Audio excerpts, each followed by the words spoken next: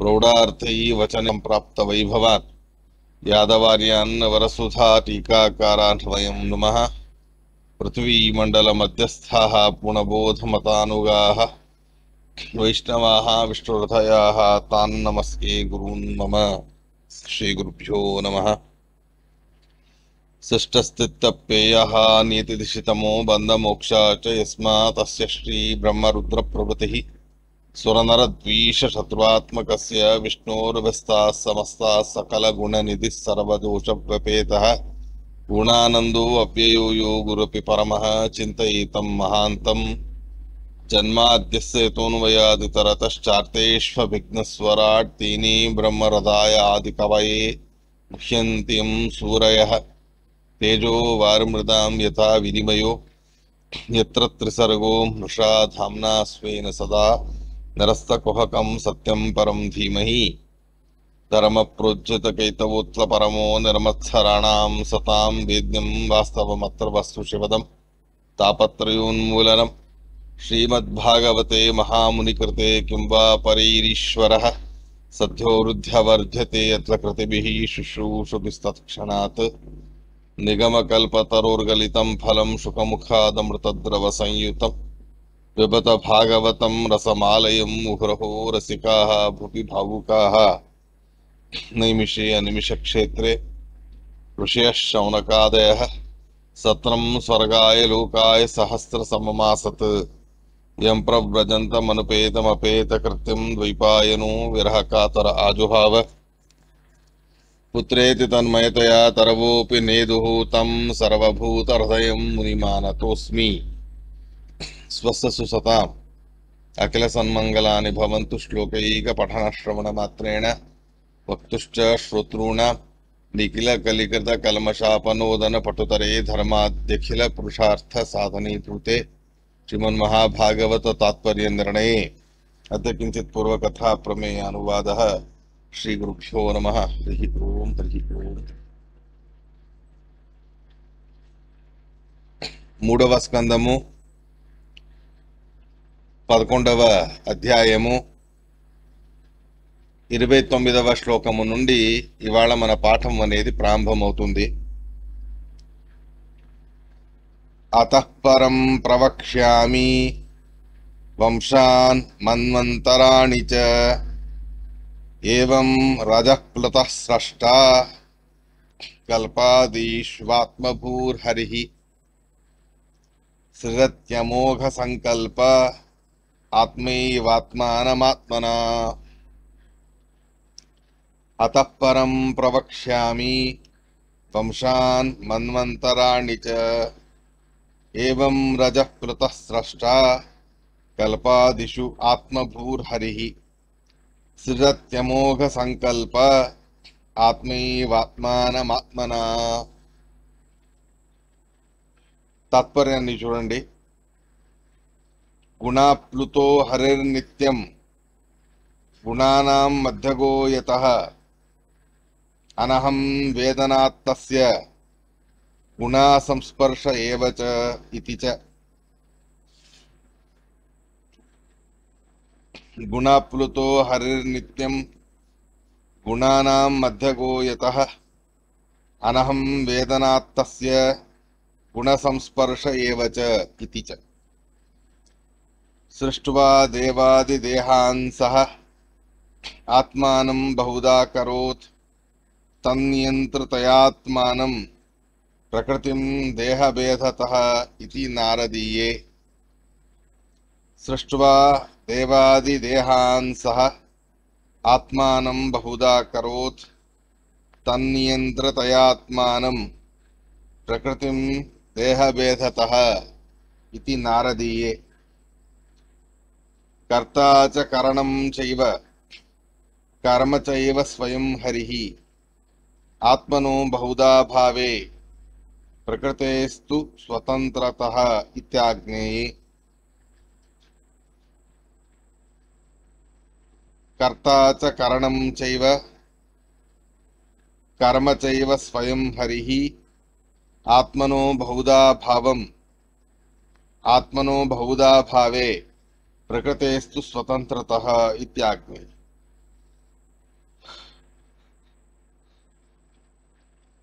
ఇప్పటి వరకు కూడా భగవంతుడు చేసిన సృష్టి విధానం గురించి తెలిపారు. బ్రహ్మదేవుడి శరీరాన్ని, దేవతల శరీరాలని, పంచభూతాలని, వైకారిక అహంకార తత్వం, తైజసాహంకార తత్వం, తామసాహంకార తత్వం, ఇవే మొదలైనటువంటి వాటి యొక్క సృష్టి ప్రక్రియనంతవి కూడా చెప్తూ వచ్చారు.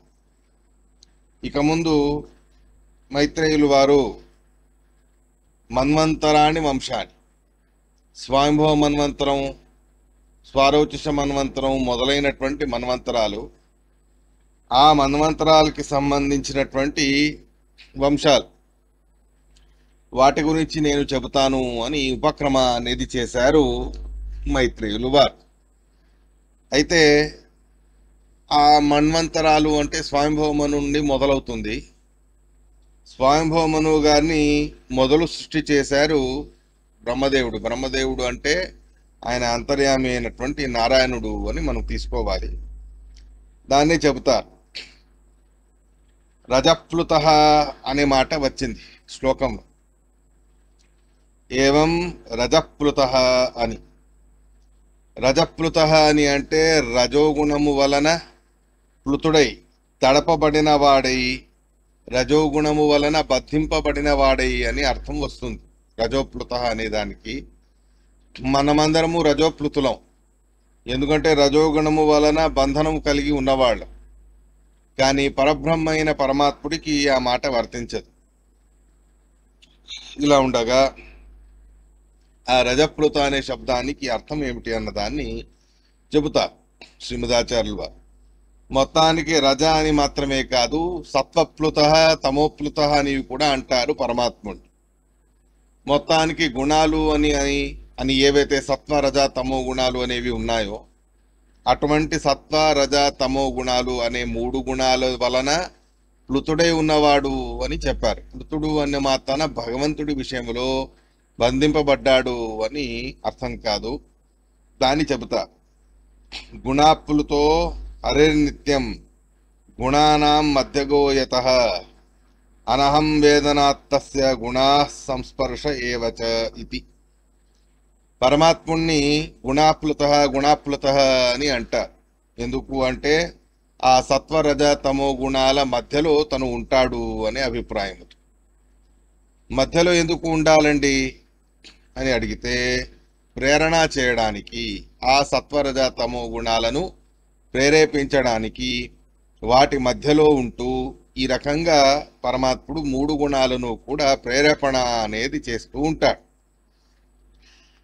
కాదండి మధ్యలో ఉన్నాడు అన్న మాత్రాన బంధించబడి ఉంటాడు అని ఎందుకు వ్యవహరించకూడదు అని అంటే దానికి కారణం చెప్తారు. అనహం వేదనాత్తస్య అనే మాట. అనహం వేదనాత్ అని అంటే అహం వేదనాత్ అనేది తీసుకోవాలి ముందు. అనహం వేదనాత్ దానికి విరుద్ధం అహం వేదనాత్ అని. అహం వేదనాత్ అయి ఉంటే బద్ధుడు అవుతాడు. అహం వేదనాత్ అనేది లేదు అంటే బద్ధుడు కాడు. ఏమిటిది అహం వేదనాత్ అంటే అభిమానం అనేది ఉండడం, నాది అనే భావన కలిగి ఉండడం. నాది అనేటటువంటి భావన కలిగి ఉండడం, మమత, అభిమానం, దాని మీద ఆసక్తి, మమత మొదలైనవన్నీ కలిగి ఉండడం, ఇదైతే ఉందో దీన్ని అభిమానం అని అంటారు. కానీ భగవంతుడికి అనహం వేదనాత్ అభిమానం అనేదే లేదు, మమత అనేది లేదు. నాది అని అనుకుంటాడు పరమాత్ముడు, తప్పు లేదు. మనం అలా కాదు, మనది కానిది మనది అని అనుకుంటాం, అది తప్పు అవుతుంది. కానీ భగవంతుడిదే గుణాలన్నీ కూడా ఆయన సొత్తు. అలా ఉన్నప్పుడు భగవంతుడి విషయంలో అభిమానం లేదు అని అంటే ఏమిటి? మమత అనేది లేనివాడు, మమత అనేది లేకుండా ఉన్నవాడు, వాటి మీద ఎనలేనటువంటి ప్రేమ పెంచుకొని ఉండడం, వాటి మీద అతిగా ఆసక్తుడే ఉండడం, ఇలాంటివేవి కూడా లేనివాడై ఉన్నవాడు పరమాత్ముడు.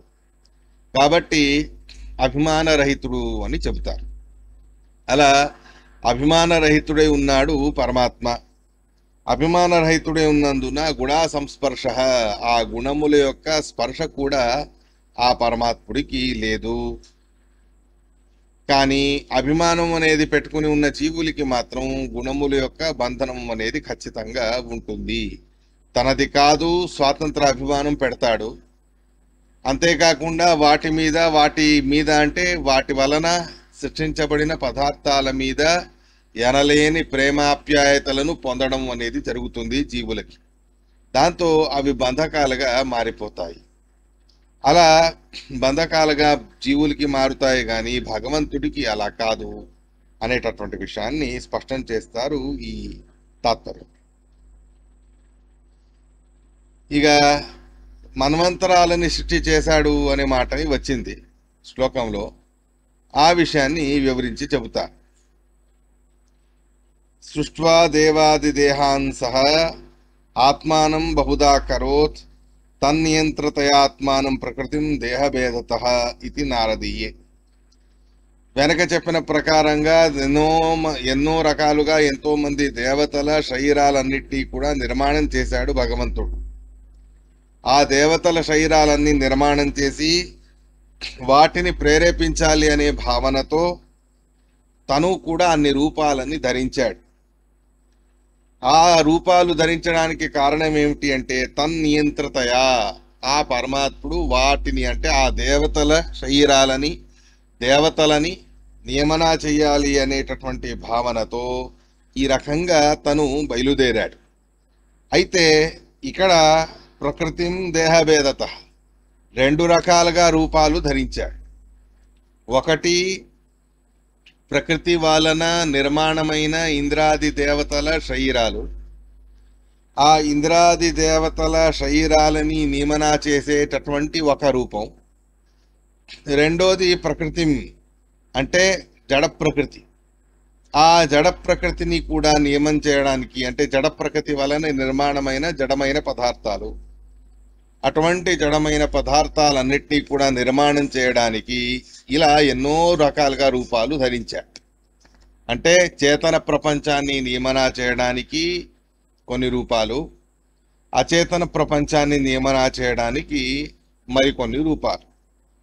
మొత్తానికి ప్రకృతిని నియమనా చేయడానికి, దేహాదుల్ని నియమనా చేయడానికి అనేటటువంటి మాటతో రెండు రకాలుగాను కూడా రూపాలను పరమాత్ముడు ధరించాడు అని చెబుతారు. కర్తాచ కరణం చైవ కర్మ చైవ స్వయం హరిహి. ఇక పరమాత్ముడే ఈ సమగ్రమైన జగత్తుకి, ఇంద్రాది దేవతల శరీరాలకి మొదలైనటువంటి వాటికి అన్నిటికీ కూడా తనే కర్త. చేసినవాడు తనే అంత మాత్రమే కాదు, అలాంటి ఆ అన్ని రకాల శరీరాల నిర్మాణం అవ్వడానికి ఏదైతే కారణమై ఉన్నాడో అంటే నిమిత్తమై ఉన్నాడో అలాంటి ఆ కారణము కూడా పరమాత్ముడే. కుండని చేయడానికి మట్టి మొదలైనవన్నీ ఎలాగో అలాగే కుండని చేసేవాడు కూడా నిమిత్తమవుతాడు. ఇక్కడ కుండని చేసేవాని వలె, వనాన్ని నిర్మాణం చేసిన వ్యక్తి వలె భగవంతుడు తనే సకల జగత్తుకి కూడా కర్త, నిర్మాణం అనేది చేశాడు. రెండోది ఏమిటి అంటే తనే దానికి నిమిత్తము కూడా అయ్యాడు. ఇలా కర్త కరణం కూడా అయ్యాడు పరమాత్మ. కర్తాచ కరణం చైవ కర్మ చైవ స్వయం హరిహి. ఇక తన్నిమిత్తకంగా సంభవించేటటువంటి కర్మలు అనేవి ఏవైతే ఉన్నాయో ఆ కర్మల విషయంలోనూ కూడా స్వయం హరియే, తనే ఆ కర్మలను కూడా తన అధీనంలో పెట్టుకుని ఉన్నవాడు అనేటటువంటి విషయాన్ని చెబుతా. అంటే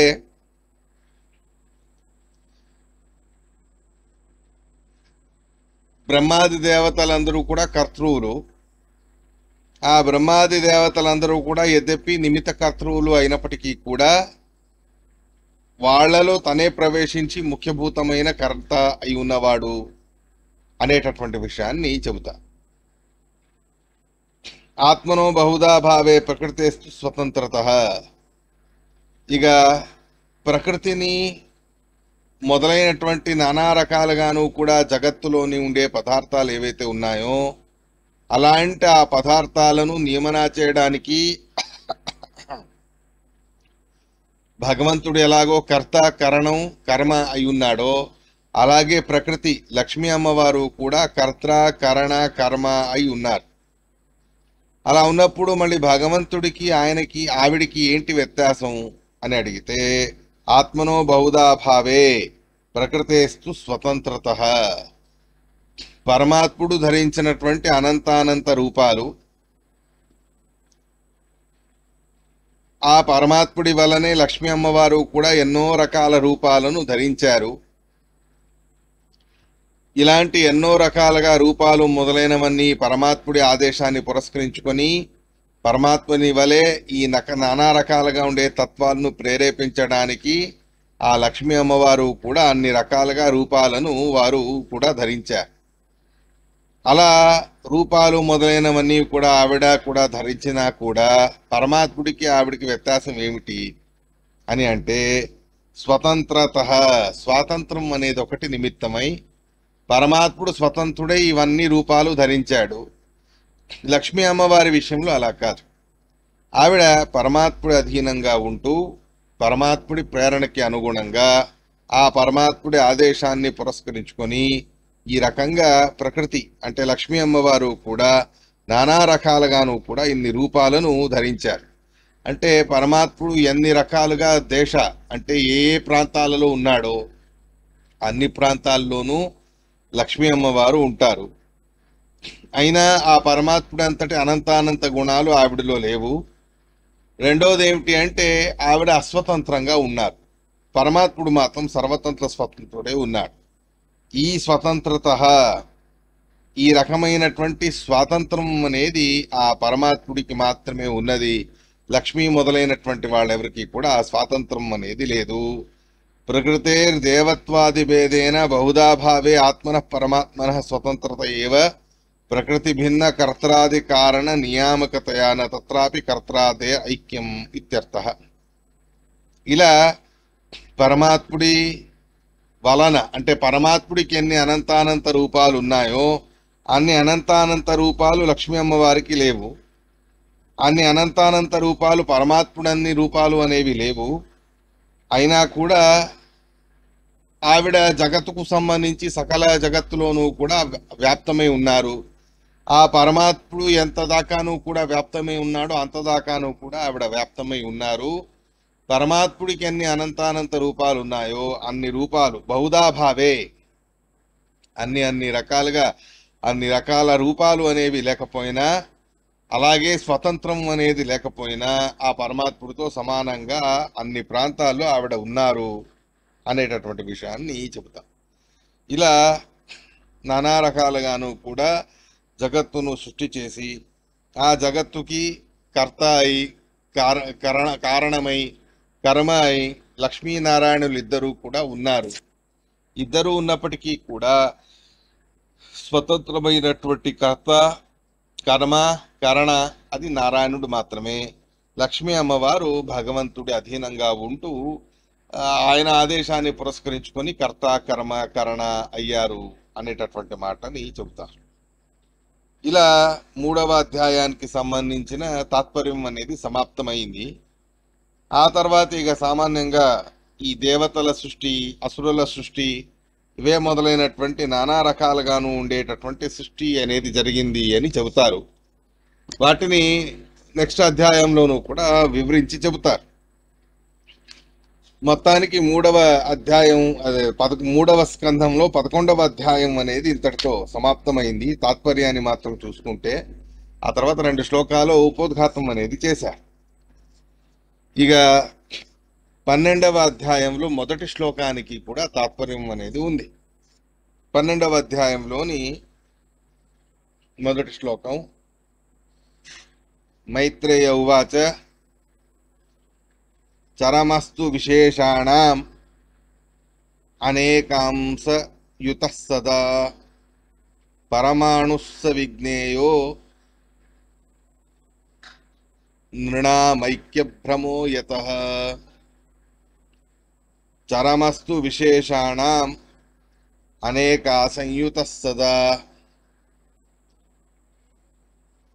పరమాణుస్స విజ్ఞేయో నృణామైక్యభ్రమో యతః.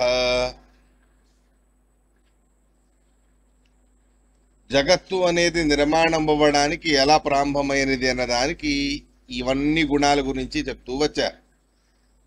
ఇక్కడ పరమాణువు నుండి మొదలుపెట్టి ఆ పరమాణువుకి మళ్ళీ అదే జాతికి చెందిన అవే పరమాణువులను చేర్పించి అలా ఆ పరమాణువులను పెంచుకుంటూ పెంచుకుంటూ పెంచుకుంటూ అటువంటి పంచభూతాలకు సంబంధించిన పరమాణువుల కలయికలతో ఆకాశ వాయు మొదలైనటువంటి నానా రకాలుగా ఉండే పంచభూతాలు కానివ్వండి, తత్వాలు కానివ్వండి, తన్మాత్రలు కానివ్వండి మొదలైనవన్నీ కూడా సృష్టి చేసుకుంటూ వచ్చాడు ఆ పరమాత్మ.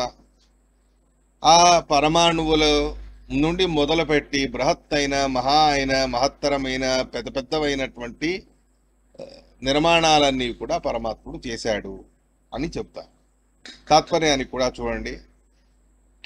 కాల పరిమాణం దర్శయితుం ద్రవ్య పరిమాణం దృష్టాంతత్వేన దర్శయతి. యద్యపి అణు అనేటటువంటి అంశ కాలములోనూ కూడా ఉంది. ఫ్రాక్షన్ ఆఫ్ సెకండ్స్ అనే మాటలో మనం చెప్పుకుంటాం. ఆ కాల పరిమాణం అనేది ఏదైతే ఉందో అది అణువు నుండి బృహత్ అయి ఉన్నది. కాల పరిమాణం అనేది అణువు నుండి మొదలుపెట్టి బృహత్ అని ఎలా ఉన్నదో అలా ద్రవ్య పరిమాణాలు అనేవి కూడా అణువు నుండి బృహత్ అయి ఉన్నాయి అని ఉదాహరణ చెప్పడానికి, దృష్టాంత దాష్టాంతికాన్ని చెప్పడానికి, ఎలా అయితే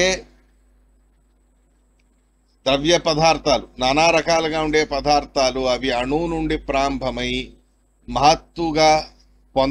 మహత్తుగా పరిణామం పొందడానికి ఏ రకమైనటువంటి ప్రక్రియ అనేది ఉంటుందో, ఏ రకమైనటువంటి వ్యవస్థ అనేది ఉందో అలాంటి ఆ వ్యవస్థయే ఈ కాల పరిమాణానికి కూడా ఉంది. అంటే అణువు నుండి మొదలుపెట్టి మహత్తైన కాలం అని చెప్పడానికి ఈ రకంగా ఉదాహరణల్ని ఇస్తారు. మొత్తం తాత్పర్యం చూసి తర్వాత మనం చెప్పుకుందాం. మనుష్య దేవలోకేపి విశేషేణైవ దర్శనే అంశాంశిత్వ విశేషం తు యస్య ద్రష్టుం న శక్నుయుః. మనుష్య దేవలోకేపి విశేషేణైవ దర్శనే అంశాంశిత్వ విశేషం తు యస్య ద్రష్టుం న శక్నుయుః. చరమో విశేష ఇతి తం మునయో బ్రూయురంజసా.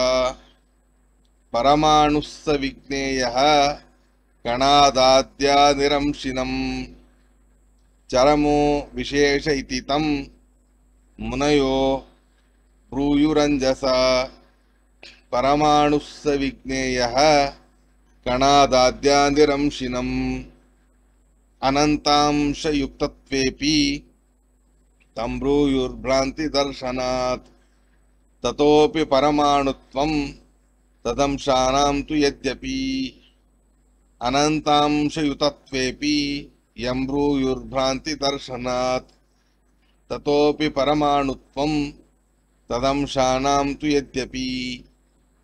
అనంతత్వాద్ వివేకార్థం అస్యోక్త పరమాణుత ఇది తత్వవివేకే. అనంతత్వాద్ వివేకార్థం అస్యోక్త పరమాణుత ఇది తత్వవివేకే. అనేకాంశైః ఆసమంతాద్యుతః. అనేకాంశాలతో యుక్తమై ఉన్నది అనేటటువంటి విషయాన్ని చెబుతూ ఉన్నారు. ఈ పరమాణువాదం అని ఇది మన మీమాంసా శాస్త్రంలోనూ కూడా వస్తుంది. ఆ పరమాణువాదం అనేటటువంటి మీమాంసా శాస్త్రానికి సంబంధించినటువంటి విషయాలు కూడా సంక్షిప్తంగా ఇక్కడ ప్రస్తావన చేస్తూ మనకు శ్రీమదాచార్యుల వారు తెలుపుతూ ఉన్నారు. కాల పరిమాణం అది కూడా అణువు నుండి మొదలుపెట్టి మహత్తు దాకాను కూడా ఉంటుంది. దాన్ని తెలియజేయడానికి పరమాణువుల వాదాన్ని అంటే పరమాణువుల యొక్క అస్తిత్వాన్ని ఇక్కడ చెప్తూ ఉన్నారు. మాలిక్యులర్ సైన్స్, ఆటమిక్ సైన్స్ అని అంటారే దాన్ని చెప్తూ ఉన్నారు. కొంచెం జాగ్రత్తగా తెలుసుకుందాం. మనుష్య దేవలోకేపి విశేషేణైవ దర్శనే అంశాంశిత్వ విశేషం తు యస్య ద్రష్టుం ను శక్నుయుః.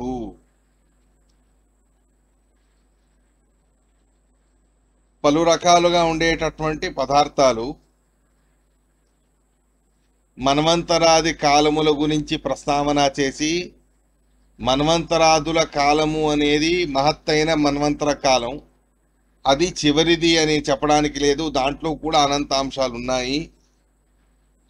అణు అంశాలు తీసుకున్నా అది కూడా అనంతంగానే ఉంటుంది. మొత్తానికి కాల పరిమాణాల్ని వివరించడానికి ద్రవ్య పదార్థాల పరిమాణాల గురించి ప్రస్తావన అనేది చేస్తూ ఉన్నారు శ్రీమద్ భాగవతంలో. మొత్తానికి దృష్టాంత దాష్టాంతిక భావాన్ని తెలుపుతూ ఉన్నారు. ఇక్కడ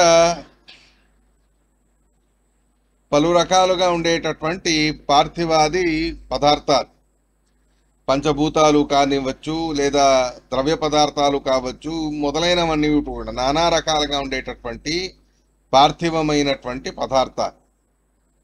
ఆ పార్థివమైనటువంటి పదార్థాలు అనేవి ఏవైతే ఉన్నాయో వాటికి అంటే ఘటం, పటం ఇవే మొదలైనటువంటి పదార్థాలు.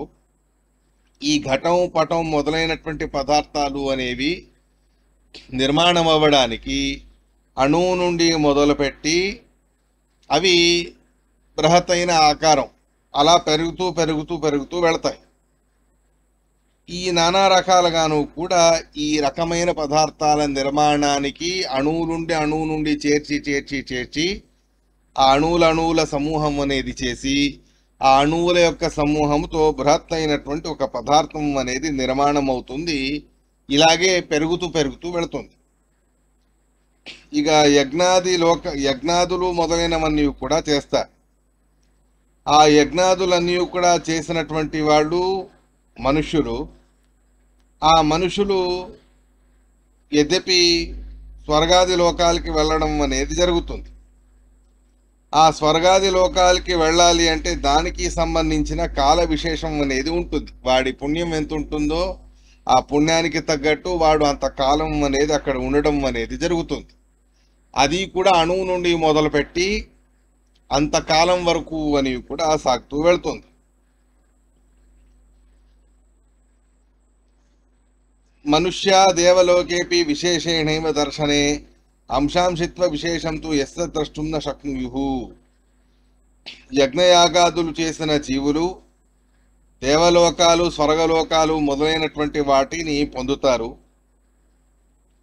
అలాంటి స్వర్గలోకాలు, దేవలోకాలు మొదలైనటువంటి ఏవైతే పదార్థాలు ఉన్నాయో వాటిని చూడడం, పొందడం, అనుభవించడం అనేది మానవులకి సంభవిస్తుంది యజ్ఞయాగాదులు చేయడం.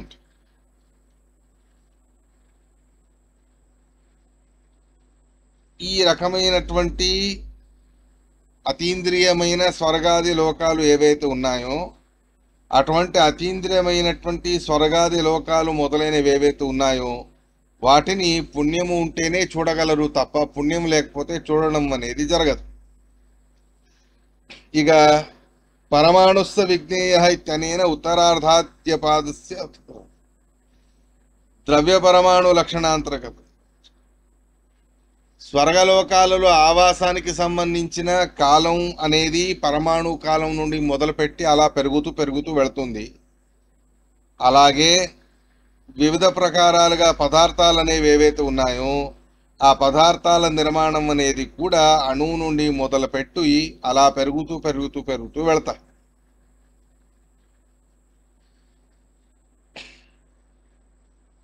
అంశాంశిత్వ విశేషంతో ఎస్త ద్రష్టుంను శక్నుయుః. అనేకమైనటువంటి అనంతమైనటువంటి అంశాలతో యుక్తమై ఉంటాయి అన్ని పదార్థాలు. అనంతమైనటువంటి అంశాలతో యుక్తమై ఉన్నటువంటి పదార్థాలు అవి ఒక పదార్థం తీసుకుంటే దాంట్లో ఎన్నో రకాలుగా అనంతానంతమైన ఇన్ఫినిట్ అయినటువంటి మాలిక్యూల్స్, ఆటమ్స్ మొదలైనవన్నీ కూడా ఉంటాయి. పరమాణువులు అనేవి ఉంటాయి. అలాంటి ఆ పరమాణువులు అనేవి అన్ని రకాల పదార్థాల్లోనూ కూడా ఉంటాయి. ఉన్నా మనుష్యాదేవలోకేపి విశేషేణైవ దర్శనే, ఆ మనుష్యులకి లేదా దేవలోకాల్లోనూ కానివ్వండి ఒక విశేషమైనటువంటి శక్తి సామర్థ్యం, పుణ్య విశేషం అనేది ఉంటే ఆ పుణ్య విశేషముతో అన్ని రకాలుగా అంశాంశాలు అనంతమైన అంశాలతో యుక్తమై ఉన్న ఆ పదార్థాలని అణువు నుండి మొదలుపెట్టి అలా వాటి క్యారెక్టర్స్ అలా అణువు నుండి మొదలుపెట్టి అలా అలా అలా అని వాటిని చూడడం అనేది జరుగుతుంది. అంశము అనేది వాటిలో ఉండేటటువంటి అవాంతర విభాగాలు. అంశి అనేది మూలభూతమైన పూర్ణమైనటువంటి పదార్థం. ఒక ఘటం కుండని తీసుకుందాం. ఒక కుండ అనేది అంశి. ఆ ఒక కుండ అనే దానిలో ఎన్నో, ఆ మట్టి కుండ అనేది ఒక అంశి. ఆ మట్టి కుండ అనేటటువంటి ఆ పూర్ణమైన పదార్థంలో అనంతమైనటువంటి మట్టి పరమాణువులు అనేవి ఉన్నాయి. అనంతమైనటువంటి మట్టి పరమాణువులు అనేవి ఉన్నాయి. అలాంటి అనంతమైనటువంటి మట్టి పరమాణువులతో నిర్మాణమైన ఏదైతే ఘటం అనబడే పదార్థం అనేది ఉన్నదో, అలాంటి ఆ ఘటం అనేటటువంటి పదార్థాన్ని సామాన్యులు చూడడానికి సాధ్యం కాదు. దేవలోకాల్లో మనుష్యులు పుణ్య సంపాదన చేసి ఆ తర్వాత ఆ దేవలోకాలలో మొదలైనటువంటి వాటిలో ఆ పుణ్య విశేషంతో అణువుగాను కూడా అన్ని రకాల పదార్థాలను చూసి ఆనందించడం అనేది జరుగుతుంది. చరమో విశేషైతితం మునయో బ్రూయురంజస. ఈ పలు రకాలుగా అనంతమైన పరమాణు అంశాలతో యుక్తమై ఉన్న ఒక మూలభూతమైనటువంటి పదార్థం అంశి అనబడేటటువంటి పదార్థం. ఆ అంశి అనబడేటటువంటి పదార్థం అనేది ఏదైతే ఉందో అది చివరి భాగం, అంటే దాని అణువు నుండి మొదలై చివరికి ఒక ఆకారాన్ని పొందుతుంది. అలాంటి అణువు నుండి మొదలై చివరి ఆకారం ఏదైతే ఉందో దాన్ని మాత్రం సామాన్య మనుష్యులు అనేవాళ్ళు చూస్తారు. ఆ చివరిదైన దాని నిర్మాణమైన తర్వాత, అంటే పరిపూర్ణంగా నిర్మాణమైన తర్వాత ఆ పదార్థం అనేది ఏదైతే ఉందో దాన్ని విశేషం అని మునులందరూ కూడా వ్యవహరించడం అనేది జరుగుతుంది. అంశి మూలభూతమైన నిర్మాణమైన ఒక పదార్థం. దాంట్లో అనంతమైన అంశాలు అనేవి ఉంటాయి. ఆ అనంతమైన అంశాలతో యుక్తమై ఉన్న ఆ పదార్థం అనేది అణువు నుండి మొదలుపెట్టి ఆ పరిపూర్ణమైన పదార్థాన్ని చూడగలరు. అంటే దేవతలు, కొంతవరకు పుణ్యాన్ని సంపాదించినటువంటి మానవులు చూడగలరు, అదే స్వర్గాది లోకాలలో ఉన్నవాడు. అలా కాకుండా సామాన్య మానవులు ఏదైనా చూడాలి అంటే చరమో విశేష, వాటి యొక్క చివరి యొక్క భాగం, అంటే అణువులు చేరి ఒక పదార్థం అనేది పరిపూర్ణంగా నిర్మాణమైన తర్వాత ఆ పదార్థం అనేది ఏదైతే ఉందో దాన్ని విశేషం అని అంటారు. చరమో విశేషైతితం మునయో బ్రూయురంజస. ఆ చివరిదైనటువంటి ఏదైతే అంశ, అంటే మొత్తం నిర్మాణమైన తర్వాత అయినా తీసుకోండి, లేదా మొదలుపెట్టి ఎక్కడ ప్రారంభమైందో అనేది తీసుకున్నా, ఆ ఎక్కడ ప్రారంభమైందో అనేది మొదలు పెట్టుకుంటే అలాంటి ఆ మొదలు అయిన వాటి నుండి మొదలు అయినటువంటి పరమాణువుని విశేష అని అంటారు. మొత్తానికి అణువు నుండి మొదలుపెట్టి ఒక పార్థివ పదార్థం అనేది నిర్మాణమయ్యాక ఆ పార్థివ పదార్థం అనేది ఏదైతే ఉందో పరిపూర్ణంగా నిర్మాణమైన తర్వాత ఆ పరిపూర్ణంగా నిర్మాణమైన పార్థివ పదార్థాన్ని, ఒక ద్రవ్యాన్ని, ఒక పార్టికల్ని, ఒక వస్తువుని విశేష అని ఋషులు మునులు వ్యవహరిస్తారు. దేవలోకంలో ఉండే పుణ్యవంతులైన వాళ్ళు ఎవరైతే ఉన్నారో వాళ్ళు ఈ ప్రయోజకమైన మహత్వాభావ రూపం, అంటే అణువు నుండి మొదలుపెట్టి సూక్ష్మమైన అంశాలతో నిర్మాణమై అది సంపూర్ణంగా నిర్మాణమైన తర్వాత దానిలో ఎన్ని రకాల అంశాలు అనేవి ఉన్నాయో వాటిని దేవతలు, మానవులు మొదలైన వాళ్ళందరూ కూడా చూడడం అనేది జరుగుతుంది. సామాన్యులకి అది కనిపించదు. ఇలాంటి ప్రారంభమయ్యే దశ పరమాణు. ఆ తర్వాత ఆ పదార్థం యొక్క మహత్వం ఎంత ఉంటుందో దానికి తగ్గట్టు అది నిర్మాణం అనేది అయ్యాక, ఆ పరిపూర్ణత అనేది వచ్చాక దాన్ని విశేషం అని వ్యవహరించడం జరుగుతుంది. అయితే పరమాణుస్స విజ్ఞేయః కణాదాద్య నిరంశినం అనంతాంశయుతత్వేపి యం బ్రూయుర్భ్రాంతి దర్శనాత్. కణాద అక్షపాద అని కొన్ని సిద్ధాంతాలు ఉన్నాయి. ఆ కణాద అక్షపాద అనబడేటటువంటి సిద్ధాంతాల వాళ్ళు ఎవరైతే ఉన్నారో వాళ్ళు ఈ పరమాణు అనేది ఏదైతే ఉందో అదే చివరిది, దాని తర్వాత మళ్ళీ ఇంకా చిన్నది అవ్వడానికి అవకాశమే లేదు. ఆ పరమాణువునే ఫస్ట్ పాయింట్, ఫస్ట్ ప్రసంగం. ఆ పరమాణువు నుండి మొదలై అది అలా అలా అలా అలా పెరుగుతూ వెళుతుంది. పరమాణువుల కలయికలతో పదార్థం అనేది పెరిగిన తర్వాత ఆ పదార్థం అనేది విరిగిపోవడం, వీడిపోవడం మొదలైనవన్నీ విడగొట్టి విడగొట్టి విడగొట్టి మనం చూసినా చివరికి ఆ పదార్థం యొక్క అస్తిత్వం, చివరి అవస్థ అది పరమాణు అని అంటారు. కణాద అక్షపాద మొదలైన వాడు అది నిరంశిన, అంటే పరమాణువే లాస్ట్ పార్టికల్, దాని తర్వాత మళ్ళీ దానిలో విభాగం అనేది లేదు అని వాళ్ళు అంటారు. కానీ అది సరైనటువంటిది కాదు. ఎందుకు అంటే అనంతాంశయుతత్వేపి యం బ్రూయుర్భ్రాంతి దర్శన. ఆ పరమాణువులోనూ కూడా ఇంకా సూక్ష్మంగా సూక్ష్మంగా అలా అలా వెళుతూ వెళుతూ వెళుతూ వెళుతూ వెళ్తే అది కూడా అనంతమైనటువంటి అంశాలతో యుక్తమై ఉన్నది. మహత్వమైన పదార్థంలోనూ అనంతమైన పరమాణువులు. ఒక పరమాణువుని విడగొట్టి ఆ ఒక పరమాణువుల్లోనే పలు రకాలుగాను మనం బౌద్ధికంగా ఆలోచించుకుంటూ వెళితే ఆ ఒక పరమాణువుల్లోనూ కూడా అనంతమైన అంశాలు అనేవి ఉన్నాయి. అలాంటి అనంతమైన అంశాలు అనేవి పరమాణువుల్లోనూ కూడా ఉన్నాయి.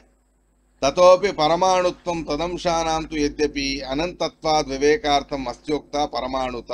కానీ అక్షపాద కణాద మొదలైన వాళ్ళు అనంతమైన అంశాలు, ఆ పరమాణువుల్లోనూ కూడా ఇంకా సూక్ష్మమైన అంశాలు అనంతంగా ఉన్నాయి. అలాంటి అనంతమైన అంశాలు అనేవి ఉన్నప్పటికీ కూడా దాన్నే చివరిది అని కణాదాక్షపాదులు అంటారు. ఎందుకు? భ్రాంతి దర్శనాత్, వాళ్ళకి అదే చివరిది అనేటటువంటి భ్రాంతి కలిగి ఉండడం వలన అలా వాళ్ళు అంటారు. అలా అని చెప్పి అదే చివరిది అనేది కాదు. అలా అయితే మీరైనా ఎందుకు పరమాణువు నుండి మొదలు పెట్టారండి? దానికి అనంతమైన అంశాలు అనేవి ఉన్నప్పుడు ఆ పరమాణువుల్లో మళ్ళీ అనంతమైన సూక్ష్మాతి సూక్ష్మమైన పదార్థాల నుండి మొదలు పెట్టడం అనేది చెయ్యాలి. అలా కాకుండా మీరైనా పరమాణువు నుండి ఎందుకు ప్రారంభం చేశారు అని అడిగితే తతోపి పరమాణుత్వం తదంశానాంతు యద్యపి అనంతత్వాద్ వివేకార్థం అస్యోక్త పరమాణుత. మనకు అర్థం అవ్వాలి అని అంటే అణు అనే దాన్ని చెబితే అర్థమవుతుంది. ఆ అణువుల్లోనూ కూడా అనంతమైన అంశాలు అనేవి ఉన్నాయి. వాటిని సూక్ష్మాతి సూక్ష్మంగా ఎవరు చూడలేరు. ఈ అణు అనేటటువంటి అవస్థని కూడా చూడగలిగిన వాళ్ళు అంటే దేవలోకంలో ఉండేవాళ్ళు, స్వర్గాది లోకాలలో ఉపభోగం చేసేవాళ్ళు ఆ అణు అంత సూక్ష్మ దృష్టిని కూడా పెట్టుకొని అంత సూక్ష్మాతి సూక్ష్మంగా వాళ్ళు చూడడం అనేది జరుగుతుంది. కానీ సామాన్యులకి అది ఎంత సౌకర్యంగా ఉండదు. అనంతమైన అంశాలు పరమాణువులో ఉన్నప్పటికీ కూడా అది వివేకార్థం, మనకు అర్థం అవ్వాలి అనే అభిప్రాయాన్ని పెట్టుకొని అణువు నుండి మొదలవుతుంది అని చెబుతారు. దాన్నే అనేకాంశై ఆసమంతాద్యుత, అనంతమైన అనేకమైన అంశాలు అనేవి ఆ పరమాణువుల్లోనూ కూడా ఉన్నప్పటికీ కూడా ఆ పరమాణువు నుండి ప్రారంభం అనేది చేయడం ఎందుకు అంటే మనకు సరిగ్గా అర్థం అవ్వడానికి దాన్ని చెబుతారు. అలా అని చెప్పి పరమాణువే చివరిది అనేది కాదు. ఆ పరమాణువులో మళ్ళీ ఎలక్ట్రాన్స్ అని, ప్రోటాన్స్ అని, న్యూక్లియస్ అని ఈ మధ్య అందరికీ కూడా తెలిసినవే. ఆ న్యూక్లియసే చివరిది అని ప్రస్తుతానికి ఉన్నది. అలా కాదు, న్యూక్లియస్లోనూ కూడా ఇంకా సూక్ష్మాతి సూక్ష్మమైన అంశాలు అనేవి ఉన్నాయి. ఇలాంటి అంశాలు అనేవి ఏవైతే ఉన్నాయో అటువంటి అనంత అంశాలు పరమాణువుల్లోనూ కూడా ఉన్నప్పటికీ కూడా అదే చివరిది అనే భావనతో కణాద అక్షపాదులు మొదలైన వాళ్ళు ఉంటారు. కానీ అది భ్రాంతి. అలా కాదు, అర్థం అవ్వడానికి అణువు నుండి ప్రారంభం చేశారు అని చెబుతారే కానీ ఆ అణువుల్లోనూ అనంతమైన అంశాలు అనేవి ఉన్నాయి. ఆ విషయాన్ని చెబుతారు. మైత్రేయోవాచ్ చరమస్తు విశేషాణం అనేకాంశ యుతస్సదా పరమాణుస విజ్ఞేయో నృణామైక్య భ్రమోయత. ఆ పరమాణువుల్లో ఎన్నో అంశాలు ఉన్నాయి. అనంతమైన అంశాలు కలబోసి ఒక పరమాణువు అనేది నిర్మాణమైంది. అటువంటి ఆ పరమాణువుని విశేషం అని అంటారు ఋషులు మునులు. విశేషాణం అనేకాంశ యుత సదా పరమాణుస విజ్ఞానైక్య బ్రహ్మోయత. అటువంటి ఆ పరమాణువులోనే అనంతమైనటువంటి అంశాలు అనేవి ఉన్నాయి. అలాంటి అనంతమైన అంశాలు అనేవి ఉన్నప్పటికీ కూడా ఆ అంశాలకు పరమాణువుకి భేదం అనేది ఉన్నప్పటికీ కూడా మనుష్యులకి ఐక్య భ్రమ అనేది కలుగుతుంది, ఒకటే అనే భావన కలుగుతుంది. కానీ అది ఒకటే అనేటటువంటి భావన అంటే ఒకటే అంటే నిరంశత్వాత్ అంశరహితం అనేటటువంటి భావన పరమాణు విషయంలో కలగడం అనేది జరుగుతుంది. అంశరహితమైనది పరమాణు, అదే చివరిది అనేటటువంటిది భ్రమ. అలాంటి భ్రమ వీళ్ళందరికీ కూడా కలగడం అనేది జరుగుతుంది. దాన్ని తాదశ జాల సూర్య రశ్మిషు దృశ్యమాన త్రణుక షష్టమ భాగ రూప ఇది జ్ఞాతవ్యం అని కణాద అక్షపాద శాస్త్రంలో చెప్పారు. సూర్యుడి కిరణాలు వస్తూ ఉన్నప్పుడు జాలి నుండి వచ్చేటప్పుడు ధూళి కణాలు ఉంటాయి. ఆ ధూళి కణాలు ఏవైతే ఉన్నాయో దానిలో 6వ వంతు సూక్ష్మమైన పదార్థం ఏదైతే ఉందో అంత చిన్నది పరమాణు అని అక్షపాద కణాద మొదలైన వాళ్ళు ఉంటారు. అదే వాళ్ళంటారు అదే చివరిది అని వాళ్ళంటారు. అదే చివరిది అనేది తప్పు. ఎందుకు అంటే ఆ పరమాణుల్లోనూ కూడా అనంతమైనటువంటి అంశాలు అనేవి ఉన్నాయి. ఆ అనంత అంశాలు అనేవి పరమాణువులో ఉన్నాయి. కానీ నిరంశి అనేటటువంటి భావన అంటే పరమాణువే చివరి అవస్థ, దానికంటే సూక్ష్మం లేదు అనే మాట అనే ఆలోచన అది మానవులకి భ్రాంతి కల్పితంగా కలుగుతుందే తప్ప ఆ అణువుల్లోనూ కూడా అనంతమైన అంశాలు అనేవి ఉన్నాయి. అలాంటి అనంతాంశాలతో యుక్తమైన పరమాణువు నుండి మొదలుపెట్టి అలా నానా రకాలుగా ఉండే పదార్థాలని భగవంతుడు నిర్మాణం చేసుకుంటూ వచ్చాడు అనేటటువంటి విషయాన్ని చెబుతారు.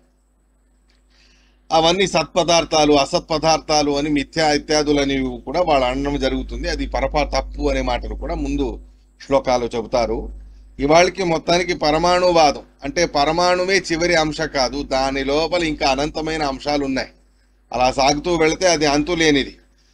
అలాంటి అంతులేని పరమాణువులు, అంతులేని అనంతమైన అంశాలతో యుక్తమై ఉన్న పరమాణువుల వలె కాలము కూడా 1 సెకండ్ సూక్ష్మం అని అనుకుంటారు, అదే చివరిది అని అనుకుంటారు. కాదు, ఆ సెకండ్లో ఫ్రాక్షన్ ఆఫ్ సెకండ్స్, ఆ ఫ్రాక్షన్ ఆఫ్ సెకండ్స్లోనూ కూడా ఇంకా సూక్ష్మమైనటువంటి కాలం అనేది ఉన్నది.